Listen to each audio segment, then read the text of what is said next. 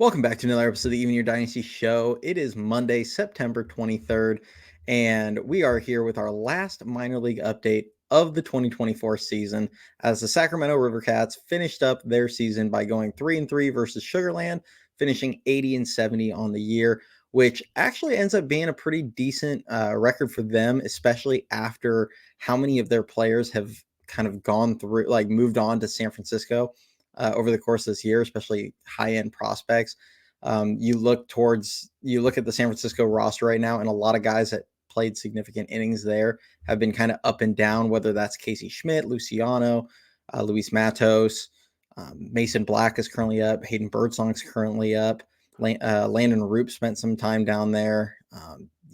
Grant Elliot Ramos was their best player for the first month and a half. So many guys that were down there contributing have made their way up to San Francisco. So for them to still finish with a strong record at the end of the year has been pretty impressive and good to see out of them. So before we get started on that, the first thing I want to say is for those of you that do enjoy the content, please do continue to like the videos, subscribe to the channels. It's helping a lot for channel growth. We're up to, I think, 740 or so subscribers right now. It's growing really fast. We're on our road to 1,000. That's the goal before opening day 2025. And I can finally confirm our special guest. Hopefully the video will be released tomorrow. We are doing the interview with him tonight, and that is 2024 fifth round draft pick Jacob Christian, outfielder who finished his season in San Jose. He is going to be joining the show tonight. We'll be doing an interview with him. So super excited to have him. I think you guys are going to enjoy it. He seems like a great kid, and we're going to have a lot of fun with that. But moving over to Sacramento, starting off with number one prospect, Bryce Eldridge. He went 5 for 22 with 3 walks, 8 strikeouts. Unfortunately, didn't finish the season with any extra base hits in Sacramento at the AAA level. I think we were all kind of hoping he could get a homer down there because it would have been really fun to see him have a home run at every single level in the minors this season. Unfortunately didn't, but that doesn't mean he didn't do anything impressive. Particularly, he had an RBI single to tie a game on, I think it was Saturday, in the 8th inning. They were trailing by 1, got himself an RBI single to tie it up. He got a 95.6 mile an hour fastball that was up probably a foot above the top of the zone, and he smoked it into right field at 108.6 miles per hour. There are just things that he does that, yes, it's a line drive single at the end of the day, but I mean, that's wildly impressive to take almost 96 a foot over the zone and to be able to get your top hand on that thing and absolutely barrel it up. So some good signs out of him. It'll be really fascinating to see what we see what their plans are for 2025 with him, how fast they plan on pulling him up. But he has been confirmed to be one of the guys going to the fall league. They're trying to get him more games and more reps. So I think that's great. Just keep him playing and try and get him ready as fast as possible. Number 3 prospect, Carson Weigel. He pitched in 2 outings, finished the season on a really strong note. 5 innings pitched, 1 earned run, 4 hits, 3 walks, 6 strikeouts the first game. And then he pitched the finale yesterday, went 6 innings, gave up 1 earned run, 5 hits, 1 walk, and struck out 10 batters. At the end of the year, you look down, his ERA doesn't jump off the page. I think it was about a 5.17 ERA. But if you look at his home road splits, pretty incredible. Sacramento being about as neutral a field as you're going to see in the PCL, with the exception being maybe Tacoma. And Wisenhunt was really good in Sacramento, but he did pitch to the tune of about an 8+ ERA on the road. But with some of the road environments, that is tough. So, the changeup is clearly major league ready. The other pitches probably need some work. I think we'll see him sometime next season, but really nice to see him finish the year on a strong note. Number 13 prospect, Trevor McDonald, 6 innings pitched, 1 earned run, 3 hits.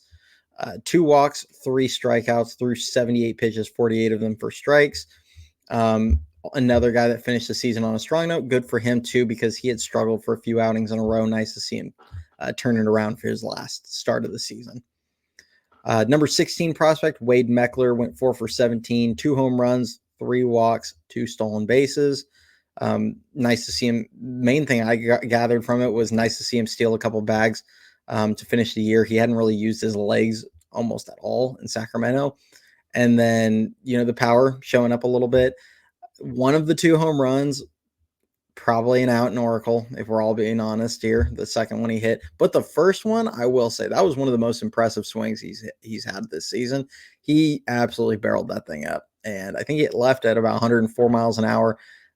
That's power that actually can play in Oracle Park. So it was good to see him put one out like that, because the power, you look at just the home runs he's hit, and a lot of them are just kind of squeaking over the fence. So that was a really good one to see come off the bat for him. And he doesn't. I don't want him to be a home run hitter. I just you have to have enough home run or enough power to just at least get it over someone's head occasionally, and that's been very questionable for him. Especially, he didn't really show any of it at the majors last year, but it was a small sample size, so we should all be patient there.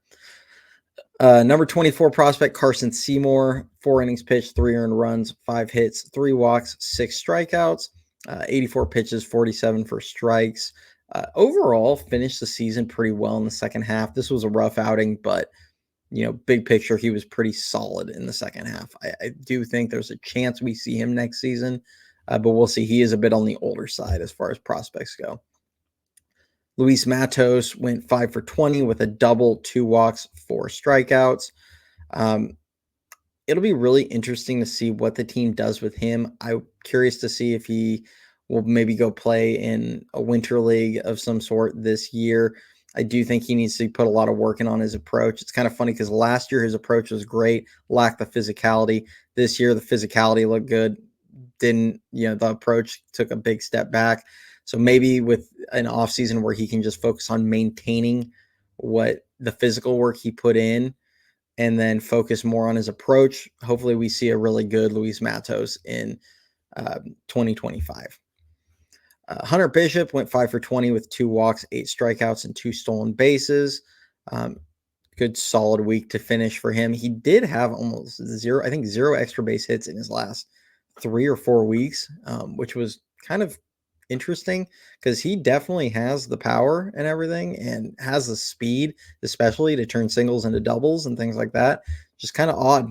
I don't know if it was an approach difference where he was just trying to put the ball in play more frequently or what, but hopefully whatever adjustments he's making, he doesn't completely sacrifice his power, because that's part of where his value is going to come from. Blake Sabol went 2 for 12 with a home run, a walk, and 3 strikeouts. Kind of finishes off what has to be a disappointing season for him. But it's still an intriguing bat. I don't think his future should be behind the plate, but they're going to have to figure out where they're going to put him if not there. They toyed around with first base a little bit. They kind of stepped away from that as the season went, put him back behind the plate. We've seen him in the outfield. Not really great there either. It'll be really interesting to see what the club has in store for him this offseason. David Villar went 3 for 10, 2 walks, 3 strikeouts. He played the first 3 games and then he didn't play the last 3. I don't know if he left due to an injury or what might have been the case, but he did end up only playing the first 3 games of the series. So that's it. I mean, that's the rest for the minors this season. We are going to probably put out a video next week. We'll try or in the coming weeks, we'll recap all the top prospects and everything. We'll recap their full seasons, where they started, where they finished, how their numbers looked at the end of the year, etc. We'll run through all that. But for today, that's all we really have is just Sacramento. Like I said, do catch us tomorrow. I'm hoping to have it published early in the morning, so anybody that wants to listen to the interview on their commute or whatever, please join us there, and we'll hopefully have the interview out with Jacob. And we're really excited. And that's all I got. So go Giants, and we'll catch you all.